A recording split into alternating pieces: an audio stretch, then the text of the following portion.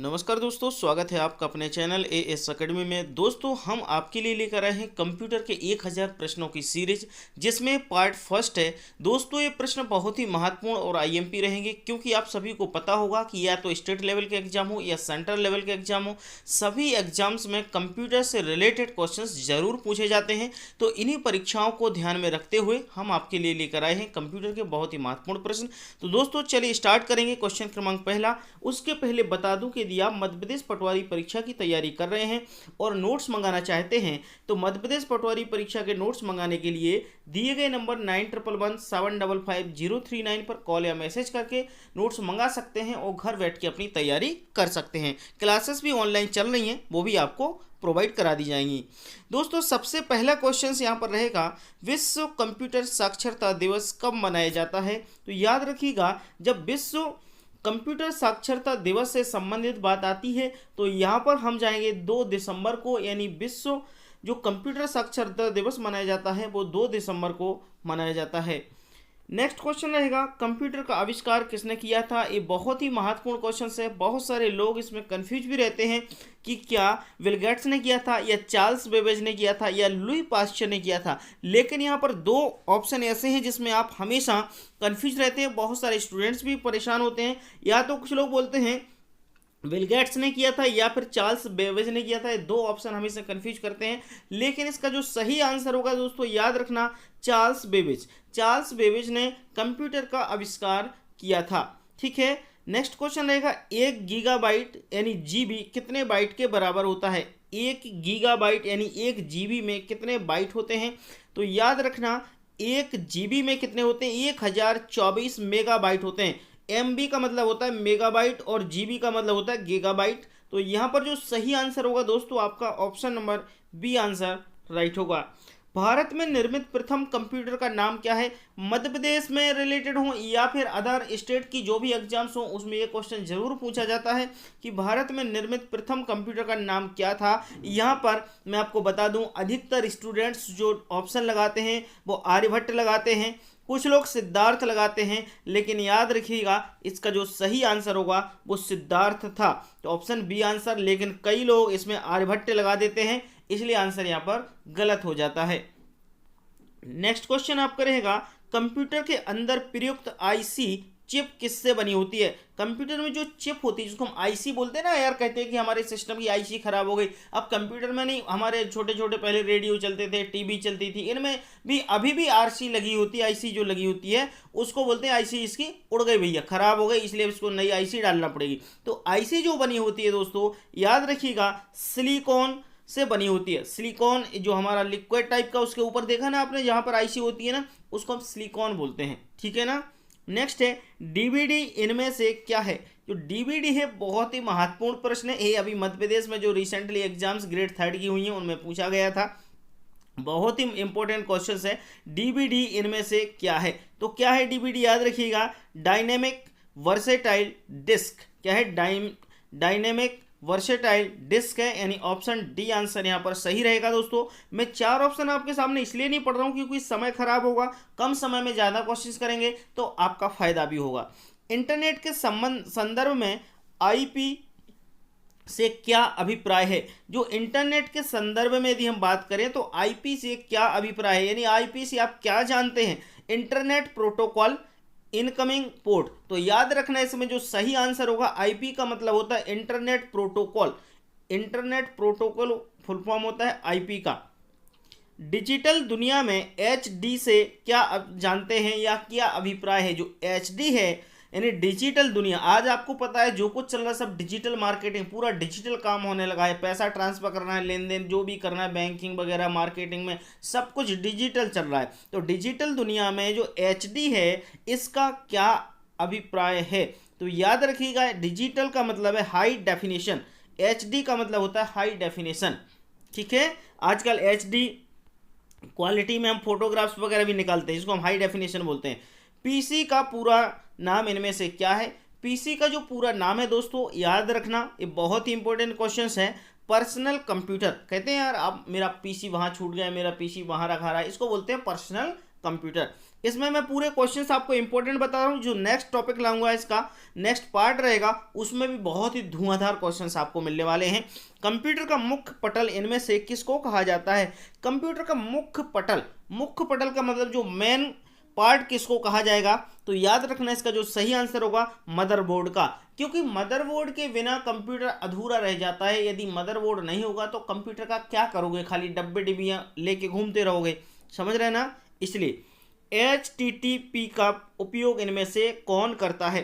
जो HTTP का जो उपयोग कौन करता है, याद रखिएगा, आपको पता होगा कि HTTP हम जब गूगल में सर्च करते हैं तो वहां पर लिखा आता है HTTP।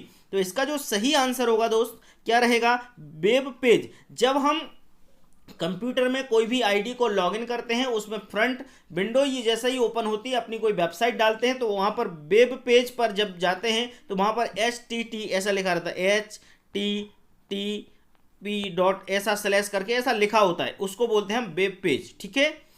रैम किस प्रकार की मेमोरी है? जो रैम है एक्चुअल में आप बोलते हैं मेरे मोबाइल में इतनी रैम है, समझ रहे हैं ना? तो उस रैम का एक्चुअल मतलब क्या होता है? तो याद रखना, जो रैम मेमोरी होती है उसकी वो मुख्य मेमोरी यानी मेन मेमोरी उसको हम कहते हैं।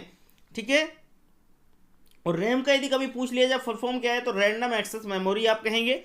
नेक्स्ट क्वेश्चन रहेगा आपका, सॉफ्टवेयर का प्राथमिक उद्देश्य डाटा को किसमें बदलना होता है? जो सॉफ्टवेयर होते हैं उसका जो प्राथमिक उद्देश्य यानी जो प्राइमरी उद्देश्य है वो डाटा को किसमें बदलना होता है?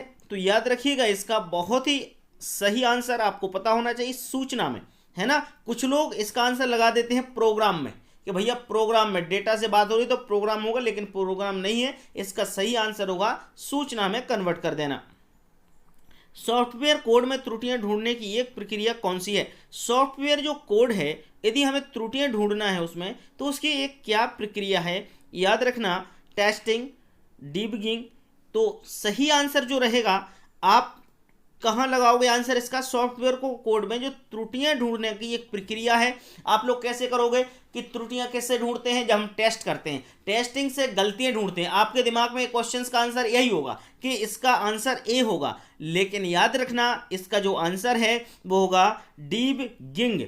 डीबगिंग के माध्यम से हम सॉफ्टवेयर के कोड की त्रुटियों को ढूंढते हैं, ना कि टेस्टिंग से। ठीक है, ऑप्शन बी आंसर राइट है।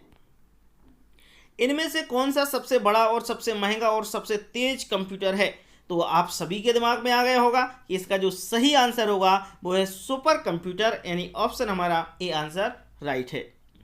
नेक्स्ट है, सामान्य रूप से प्रयुक्त किए जाने वाले कंप्यूटर इनमें से कौन सा है? यानी जो जनरली कंप्यूटर हम उपयोग करते हैं इनमें से कौन सा सही रहेगा?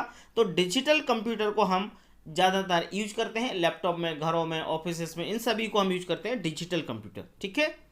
नेक्स्ट, बाइनरी नंबर प्रणाली कितने अंक की होती है? जो बाइनरी नंबर प्रणाली होती है वो कितने अंक की होती है? तो याद रखना, जो बाइनरी नंबर प्रणाली होती है वो होती है कितने नंबर की? 2 अंकों की। ठीक है, बाइनरी नंबर प्रणाली कितने अंकों की होती है? तो याद रखना 2 अंकों की होती है। ठीक है ना। नेक्स्ट क्वेश्चन है आपका, भारत में विकसित परम सुपर कंप्यूटर का विकास किस संस्था ने किया था? भारत में जो विकसित है परम सुपर कंप्यूटर, ये इंपॉर्टेंट क्वेश्चन से कहा जाता है कि परम सुपर कंप्यूटर को किस संस्था ने बनाया था? तो दोस्तों इसका जो सही आंसर रहेगा CDAC ने। CDAC की तरफ हम जाएंगे और CDAC इसका सही आंसर रहेगा। कंप्यूटर का दिमाग किसे कहा जाता है, यानी कंप्यूटर की मेमोरी किसे कही जाती है? तो क्या कहेंगे आप लोग इसका सही आंसर देंगे? याद रखना CPU को कहा जाता है, यानी ये कंप्यूटर का पूरा दिमाग है, जिसको हम बोलते हैं सेंट्रल प्रोसेसिंग यूनिट बोलते हैं, इसका पूरा नाम है। नेक्स्ट देखेंगे, आधुनिक कंप्यूटर की खोज सबसे पहले कब की गई थी? आधुनिक कंप्यूटर की बात कही जाए तो सबसे पहले जो खोज की गई थी 1951 में की गई थी, यानी 1951 में। ठीक है ना। नेक्स्ट क्वेश्चन रहेगा दोस्तों आपका, डॉट मैट्रिक्स इनमें से किस उपकरण की किस्म है? जो डॉट मैट्रिक्स होता है, आपने सुना होगा डॉट मैट्रिक्स को शायद, कि डॉट मैट्रिक्स जो होता है इनमें से किस उपकरण की किस्म है? बताएंगे इसका जो सही आंसर रहेगा दोस्तों। इसमें से कीबोर्ड की, डॉट मैट्रिक्स इनमें से किस उपकरण की एक किस्म है? तो याद रखना सही आंसर रहेगा इसका क्या रहेगा? प्रिंटर। ऑप्शन होगा इसका प्रिंटर, ना कि कीबोर्ड। ऑप्शन इसका क्या होगा? प्रिंटर की तरफ हम जाएंगे। नेक्स्ट क्वेश्चन रहेगा, सारे कंप्यूटर इनमें से कौन सी भाषा लागू होती है?